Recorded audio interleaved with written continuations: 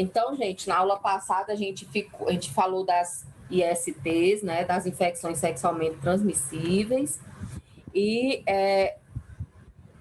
falamos de todas elas, e aí ficou faltando só a parte das recomendações para se prevenir contra as DSTs, né, contra as ISTs, né? Então, quais são essas recomendações? Essas recomendações, ela é de extrema importância para vocês passarem para os pacientes de vocês, inclusive, como eu já disse, quando vocês forem para estágio, dependendo do professor, eles pedem para vocês fazerem alguma palestra, alguma coisa assim, e aí vocês podem escolher, por exemplo, as ISTs, e aí é importante que vocês falem das recomendações, né? Normalmente a gente leva assim, tipo cartazes, aí faz um cartaz com as recomendações, porque são justamente formas de você evitar, né? Quais são elas? Uso de preservativo, né? A camisinha, tem a camisinha feminina, a camisinha masculina. Quando a gente for falar sobre métodos contraceptivos, lá em materno-infantil, vocês vão entender melhor. A camisinha masculina, ela é distribuída gratuitamente nos postos de saúde, no CTA. A camisinha feminina também, só que a camisinha feminina ela não foi tão bem aceita pelas mulheres. Ela não é tão confortável, né, de se usar, mas ela tem também. Então, o preservativo, né, a camisinha, elas evitam as doenças sexualmente transmissíveis, lembrando que não é todas as doenças sexualmente transmissíveis, porque lembre, quando a gente começou a falar das ISTs, né, tinha, quando a gente falou, por exemplo, das que causam feridas, a camisinha não vai impedir que você entre em contato com as feridas. Então, de certa forma, você vai prevenir contra a maioria das ISTs, né? O importante é que se use o preservativo em todas as relações sexuais, desde o primeiro contato, né? Tanto no sexo oral, como na penetração vaginal ou anal, porque a gente encontra situações de pacientes que estão com IST, por exemplo, na região anal ou na boca, porque justamente por causa do sexo desprotegido. Tentar reduzir o número de parceiros sexuais, né? Porque quanto mais parceiros sexuais a pessoa tiver, mais exposta ela está, né? E não só a questão de você, mas também o seu parceiro, ele também, de certa forma, ele tem que ser fiel, né, com você, porque se ele tiver outros parceiros ou outras parceiras, vai acabar lhe contaminando, mesmo você não só tendo essa pessoa como seu parceiro. Então, é muito importante você reduzir a quantidade de parceiros sexuais, sempre fazer o autoexame dos órgãos genitais, como eu já disse, tem muitas doenças, por exemplo, a sífilis, ela apresenta uma única só ferida, que não dói, que não coça, que não arde, e que se você não olhar seus órgãos genitais,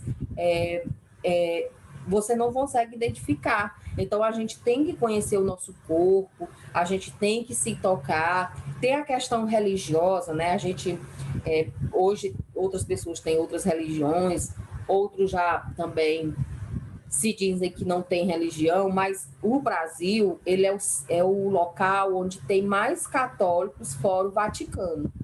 Então, no Brasil tem muita, assim, a questão religiosa, a gente já nasce com essa questão religiosa. E para muitas religiões, por exemplo, se tocar, o prazer é algo pecaminoso, está relacionado ao pecado. Então, ainda nós temos culturalmente essa dificuldade, né? É tão provável que a gente tem uma dificuldade muito grande de falar sobre sexo, falar sobre órgãos genitais, e por isso, por essa dificuldade, a gente também tem uma certa dificuldade até mesmo em se tocar, em se olhar. E é muito importante, porque para você se conhecer, tá? Fazer higiene após o ato sexual, é muito importante que você lave os órgãos genitais após a relação sexual para diminuir o contágio, urinar após o ato sexual, a uretra, gente, por onde a gente faz xixi, né, nós mulheres, fica muito próximo da região vaginal. E no homem é o mesmo canal, o canal ejaculatório do homem é o mesmo canal por onde ele urina, né? E aí o que é que acontece? O sistema urinário, ele é estéril, ou seja, ele não pode ter micro-organismo nenhum, porque se tiver micro-organismo, você está com infecção urinária. Então, é importante que sempre que você tiver relação sexual, após você ter relação sexual, você tentar fazer xixi, porque a urina, ela como se estivesse lavando a uretra, impedindo que micro-organismos entrem no sistema urinário. Então, é muito importante que se faça xixi também após a relação sexual. Não compartilhar agulhas e seringas, né, em relação a drogas. Assim, as drogas, elas passam por fases, né? Hoje em dia, a maioria das drogas, elas são inalatórias, né? Ou fumar, né? Mas a maioria são inalatórias, inala pelo nariz e tal. Não se usa tanto seringas e agulhas, mas ainda existem pessoas que utilizam drogas injetáveis, e essas pessoas que usam drogas injetáveis, eles normalmente compartilham as agulhas, as seringas, e é uma forma de contaminação, porque as ISTs, elas também transmitem pelo sangue, pelo contato com o sangue, não é só por via sexual. Então, tomar muito cuidado também. A gente, inclusive, tem um programa do Ministério da Saúde em relação a essas ISTs, que é distribuir seringas e agulhas para as pessoas que usam drogas. Aí, teve uma polêmica danada, porque dizendo como se o governo estivesse incentivando. Não é incentivando, gente. É a realidade. Tem pessoas que usam e não tem o que ser feito. Elas são doentes, elas têm um vício. Então, pelo menos, tentar diminuir essa questão da contaminação. Fazer periodicamente o exame de prevenção, isso no caso nós mulheres, né? O exame lá que diagnostica o câncer de colo de útero, fazer com a periodicidade correta, no tempo certo, tentar caçar um profissional realmente capacitado para que faça corretamente também. E procurar o médico sempre que você procurar um médico sempre que você tiver algum problema. Pronto, então o assunto de DST, né, de ST já acabou. Agora a gente vai começar a falar sobre pré-natal, tá? No PASME, o Programa de Atenção Integral à Saúde da Mulher, a gente prioriza algumas ações em relação à saúde da mulher, que a gente já viu, que é a detecção e a prevenção do câncer de mama e do colo de útero, e o controle das ISTs, a AIDS, como também o planejamento familiar, como eu já falei para vocês, a gente só vai ver em materno, tá? Parto e puerpério também vocês só vão ver em materno. O outro assunto que vai ficar faltando é o pré-natal. O pré-natal, gente, ele é feito em todo posto de saúde, vocês vão presenciar quando vocês forem para os estágios. É uma estratégia muito importante, desde a construção do SUS, né? A gente já viu, foi nosso assunto para a nossa primeira prova, a construção do SUS. Gente, com o surgimento do SUS, houve uma revolução na saúde do Brasil. O SUS foi criado em 88 pela Constituição Federal, como a gente já estudou, e se vocês perguntarem para qualquer mulher que ganhou neném antes da criação do SUS, vocês vão entender que não tenham condições. Vocês vão entender que ela nunca teve uma consulta, elas nunca fizeram um exame, elas nunca fizeram uma ultrassonografia. Muitas, mas muitas mulheres ganharam neném em casa, tá? Ou seja, sem nenhum tipo de assistência. Não tinha, essas mulheres não tinham nenhum tipo de assistência.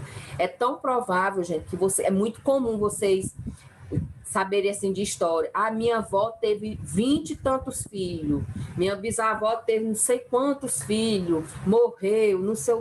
Era muito comum as crianças morrerem, as mulheres morrerem durante o parto, porque se tivesse alguma intercorrência durante o parto, não tinha assistência nenhuma. Então, gente, o índice de mortalidade materno-infantil antes da criação do SUS era enorme. É só você procurar na história da sua própria família, que sempre tem história de tios de vocês que morreram, de mulheres que morreram durante o parto. Então, e hoje, gente, existem casos ainda de mortalidade materno-infantil, mas houve uma redução muito grande. E tudo isso, gente, é graças ao pré-natal, tá? É graças a esse programa de atenção integral à saúde da mulher, do SUS e especificamente do pré-natal. O pré-natal é uma assistência que você dá a essa gestante durante toda a gravidez, para justamente, se tiver algum problema, a gente detectar precocemente e tratar, tá? Então, o que é assistência ao pré-natal? A assistência prestada à gestante durante toda a gestação, com o objetivo de proteger a vida da mãe e também da criança. Os objetivos realmente do pré-natal é assegurar um bom desenvolvimento fetal, ou seja, que essa criança ela tenha um bom desenvolvimento, evitar complicações e acidentes e doenças durante a gestação, proteger a saúde da mãe, da materna, preparar a mãe para o parto, física e psicologicamente. Oi, pode falar. Preparar a mãe para o parto, física e psicologicamente. A gente tem que, durante o pré-natal, gente, a gente não faz, né, só exame e tal, não. A gente tem que conversar com a mãe, tirar as dúvidas, preparar ela para orientar ela quanto aos cuidados com o recém-nascido. A gente fala sobre a amamentação, a gente fala sobre tudo, né? Então, esse é o objetivo do pré-natal. E a gente vai ver como é que ele é feito. O pré-natal, basicamente, ele é realizado pela enfermeira, tá? O técnico de enfermagem, ele auxilia todas as consultas. Então, as consultas de pré-natal, todas as consultas, o técnico de enfermagem está lá. O técnico de enfermagem também, ele presta assistência no sentido de orientar essa gestante, tá bom? E por isso vocês têm que entender como é que funciona essa assistência de pré-natal. Então, primeiramente, a gente tem que entender como é que deve ser a frequência das consultas de pré-natal. Então, quantas vezes essa mulher precisa fazer essa consulta de pré-natal? O Ministério da Saúde, né, ele orienta que a mulher faça, no mínimo, 8 consultas durante o pré-natal. Então, durante a gestação inteira, o Ministério recomenda que ela faça 6 consultas, né? Como vocês devem saber, né, normalmente uma gestação ela dura 9 meses, não é isso? A gente sempre conta em meses. Vocês vão aprender a partir de agora que em relação à gestação, nós da saúde, a gente conta por semana, não é por mês. A gente informa para a gestante os meses, porque muitas delas não conseguem entender bem essa questão das semanas, né? Mas, para nós profissionais, a gente conta por semanas, porque, na verdade, uma gestação humana, ela dura 40 semanas de gestação, podendo acontecer 2 semanas antes ou 2 semanas depois, tá? Então, a gente conta por semanas, ok? E também a gestação, ela é dividida em trimestre. O que é um trimestre? É um período de 3 meses. Então, a gestação ela é dividida em 3 trimestres, né? Porque 3 mais 3 mais 3 dá 9 meses, né? Então, o primeiro trimestre, o O primeiro trimestre, ele é os 3 primeiros meses, né? Até 13 semanas de gestação. O segundo trimestre, ele é entre o terceiro mês de gestação até o 6º mês de gestação, que é a partir de 13 semanas até a 27ª semana. E o terceiro trimestre é a partir de 28 semanas de gestação até o nascimento. Então, vocês vão ver muito a gente falar quando vocês estiverem trabalhando, quando vocês estiverem nos estágios, falando sobre o trimestre, né? Fulana está no terceiro trimestre de gestação. Se ela está no terceiro trimestre de gestação, ela já passou do 6º mês, tá? O segundo trimestre está na metade da gestação e o primeiro trimestre é no início. Segundo o Ministério da Saúde, a mulher ela tem que fazer no mínimo 6 consultas, sendo que no primeiro trimestre, ou seja, nos 3 primeiros meses, ela deve fazer pelo menos uma consulta. No segundo trimestre, ela tem que fazer no mínimo 2 consultas. E no terceiro trimestre, 3 consultas. Por que isso, professor? Por que no primeiro trimestre só é uma consulta? Pode fazer mais? Pode. Mas o que o Ministério recomenda é que, no mínimo, uma consulta. Por quê? Porque, normalmente, quando essa mulher vem descobrir que está grávida, ela já está com 1 mês, 2 meses de gravidez. Então, quando ela for na consulta, que é aquela primeira consulta, que é mais detalhada, que tu vai pegar todas as informações dela, e também a gente solicita exames. Até ela fazer esses exames e trazer o resultado, ela já está no segundo trimestre. Então, por isso que a gente diz, no primeiro trimestre, ela tem que fazer pelo menos uma consulta. No segundo trimestre, ela já vem trazendo os resultados dos exames, a gente avalia, né? E depois ela vem novamente. No terceiro trimestre, ela tem que vir no mínimo 3 vezes, porque no final da gestação é o período onde você tem mais modificações, onde você tem mais dúvidas. Nessa fase, você vai preparar essa gestante também para o parto, para os cuidados com recém-nascida, então ela tem que vir com a maior frequência, 3 vezes no primeiro trimestre. Pode vir mais? Pode e deve, quanto mais melhor, entendeu? Agora, no mínimo, ela tem que fazer 6 consultas de pré-natal. Aqui embaixo, gente, é só assim, tirando essa parte do Ministério da Saúde, qual a frequência, assim, de quanto em quanto tempo tem que ir, né? De todos os meses, a cada 2 meses, a cada 15 dias, como é? Aqui é o seguinte, nos primeiros meses de gestação, pode ir só uma vez por mês, sem problema, tá? Agora, a partir do terceiro trimestre, ou seja, a partir de 28 semanas de gestação, que a mulher já está quase 7 meses, né? Ela tem que ter, com certeza, tem que vir todos os meses, consultas mensais, né? Até 28 semanas ela tem que vir mensalmente. Quando ela chega no terceiro trimestre, né, com 28 semanas, que é 6 meses e meio, 7 meses, ou seja, já está se aproximando. Inclusive, muitas mulheres entram até em trabalho de parto nessa época, que é prematuro, mas entra.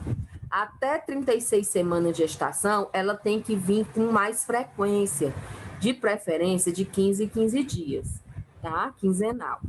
E depois de 36 semanas, que essa criança pode nascer a qualquer momento, o ideal é que ela venha toda semana, ok? Essa recomendação é para aquelas mulheres mais cuidadosas.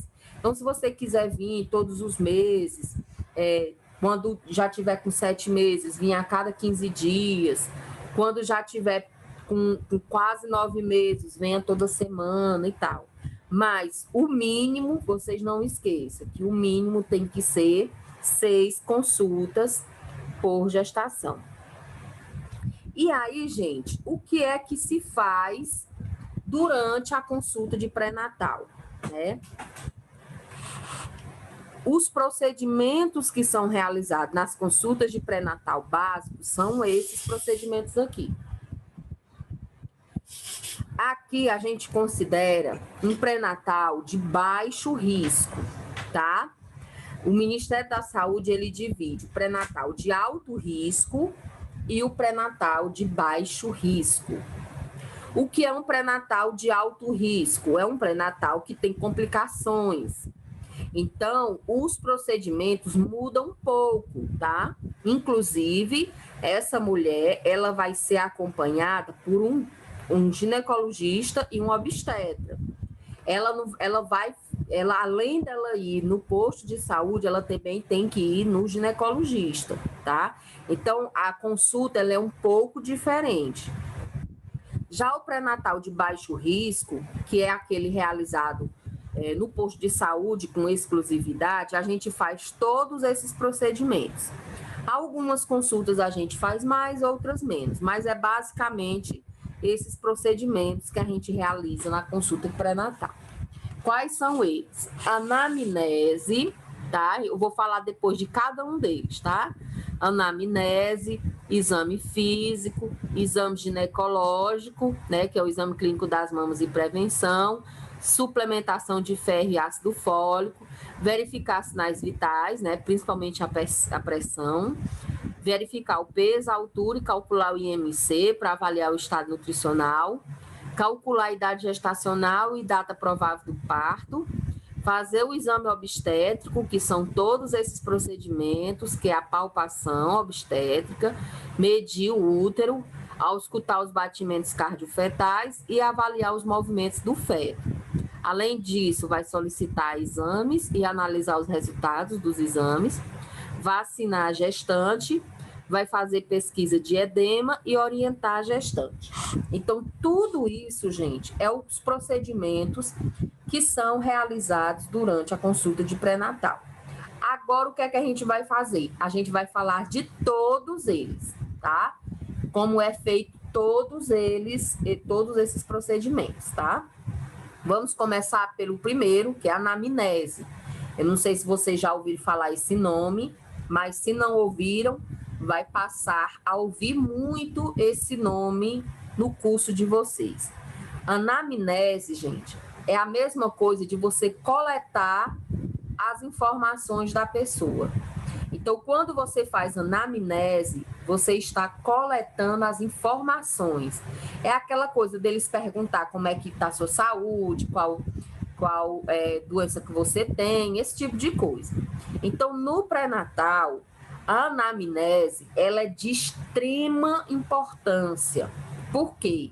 Porque através dessa anamnese, você vai ver se ela realmente, essa gestante, corre algum risco, se ela já teve grávida, como foi as outras gravidezes, se ela tem alguma doença. Então, existe uma ficha que a enfermeira vai perguntando e vai anotando. Mas, normalmente, a gente vai ver o estado geral dela em relação à saúde, a história da saúde dela, se ela tem alguma doença, por exemplo, se ela tem pressão alta, se ela tem problema cardíaco, né? Se ela fez alguma cirurgia anteriormente, pode ser cirurgia, por exemplo, eu fiz uma cesárea, ou eu fiz outra cirurgia, né? Por exemplo, fiz cirurgia para retirar pedra na vesícula. Todas as cirurgias têm que ser informadas. Se vai também pesquisar a história familiar de algumas doenças, por exemplo, se tem na família casos de hipertensão, de diabetes, se tem caso na família de pessoas com glaucoma, vai perguntar na família. Se a mulher já ficou grávida outras vezes, vai perguntar sobre a gestação anterior, se teve aborto, se a gestação teve tudo normal, se teve algum problema, se a criança nasceu prematura ou não. Eles perguntam, gente, até o peso do teu filho anterior, qual o peso que ele nasceu, pergunta quanto tempo você amamentou, então pergunta tudo, tá? E também pergunta sobre a gravidez atual, pergunta o que é que ela sente, se tem algum problema. Então, a anamnese é isso, viu, gente? É coletar todas as informações, principalmente relacionadas à saúde dessa gestante. Depois da anamnese, é feito o exame físico. O que é o exame físico, gente? Normalmente, a gente pede para essa mulher deitar na maca e aí a gente faz o exame físico. O que é esse exame físico? A gente vai avaliar o estado geral dela, por exemplo, se ela está anêmica, se ela está pálida, se ela está muito inchada. A gente vai avaliar o estado nutricional e a hidratação da pele. Isso vocês vão ver na disciplina de fundamentos que vocês estão vendo com a professora Lucinete, tá? Porque existe alguns exames físicos que a gente faz para a gente saber se a pessoa está hidratada ou não. Por exemplo, um exame que a gente faz para saber se a pessoa está hidratada é você, na mão, você puxa assim a pele, né, e solta. Não tem a pele assim em cima da mão, você aperta ela como se estivesse beliscando, não tem? Você puxa ela e solta. A pessoa que está hidratada, na hora que você solta, a pele volta imediatamente ao normal. A pessoa que está desidratada, você puxa a pele e ela demora um pouquinho para voltar ao normal. Isso é muito comum, por exemplo, em idoso, porque o idoso, o idoso se desidrata com muita facilidade. Então, você pega na pele, se demorar para voltar ao normal, é porque está desidratado. Você vai fazer pesquisa de edema. O edema, gente, é um inchaço, tá? É comum na gestação, só que a gente tem que avaliar, porque pode estar relacionado a algum problema, né? E eu vou depois mostrar para vocês como é que a gente verifica o edema na gestante. A gente vai detectar algum problema, né? Alguma doença, se ela tiver. Faz o exame físico.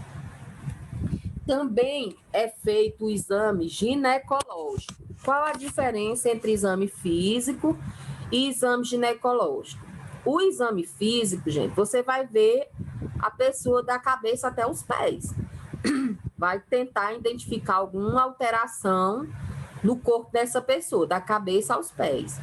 O exame ginecológico, gente, você só vai ver a questão dos órgãos genitais, alguns problemas que podem atingir os órgãos genitais. E quais são esses exames ginecológicos? A gente até já falou sobre eles. É o ECM, o que é o ECM? Exame Clínico das Mamas. O profissional vai tocar a mama dessa gestante para detectar algum problema, como, por exemplo, algum nódulo que pode ser um câncer de mama. E por que faz isso, gente? Porque assim, gente, muitas vezes essa gestante nunca apareceu no postinho.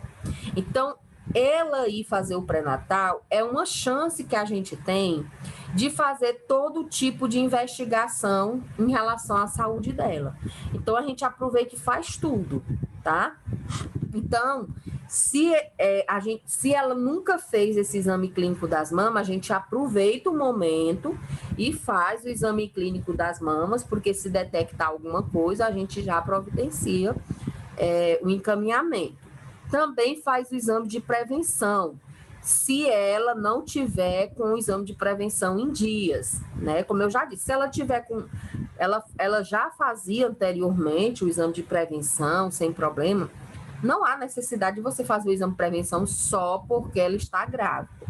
Mas, vamos supor, é uma mulher que ela não costuma ir no postinho, né? Fazer todo o acompanhamento. Então, a gente aproveita aquele momento para fazer o exame de prevenção dela. Se encontrar algum problema, a gente já trata.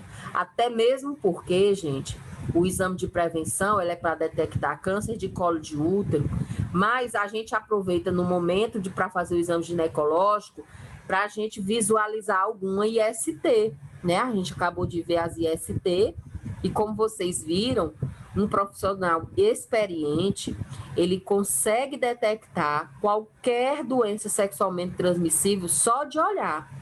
Então, na hora desse exame ginecológico, que ele vai ver os órgãos genitais da mulher, Você consegue detectar na hora, gente. O profissional experiente, ele sabe. Então, ele é muito importante também durante o pré-natal. Outra coisa que a gente faz durante a gestação é dar sulfato ferroso, né? A suplementação de ferro. O que é suplementação de ferro? É dar medicação à base de ferro para essa gestante. Por quê, professora? É comum a gestante ela ter anemia, tá? O que é anemia? Vocês devem ter aprendido em anatomia que o sistema sanguíneo ele é formado pelas células do sangue. Quais são as células do sangue, gente? São as hemácias, os leucócitos e as plaquetas. As plaquetas é o que deixa o sangue viscoso, porque o sangue, ele não é líquido, gente. Porque se o nosso sangue fosse líquido, a gente colocaria sangue até morrer. Então, ele é pastoso. E também não pode ser muito grosso, porque se ele for muito grosso, entope os vasos sanguíneos. Ele é pastoso. Quem faz isso é as plaquetas. Os leucócitos, que são as células brancas, são células de defesa. Então, quando entra alguma coisa estranha no nosso corpo, essas células de defesa vai lá e tentar destruir. Quando ela não destrói, a gente fica doente, mas na maioria das vezes ela destrói. E tem as hemácias. O que são as hemácias? São as células vermelhas. São elas que carregam oxigênio para nossas células. Quando você tem anemia, muita gente acha que a anemia é pouco sangue. Não é pouco sangue. Você continua, um adulto que pesa em torno de 70 quilos, ele tem circulando no corpo dele em torno de 5 a 6 litros de sangue, tá? Mais ou menos isso. Uma pessoa com anemia vai ter a mesma quantidade de sangue, só que o que é anemia? É diminuição das células vermelhas. Então, uma pessoa com anemia, ela tem a mesma quantidade de sangue que qualquer outra pessoa. O problema dela é nas hemácias, é na quantidade de células vermelhas,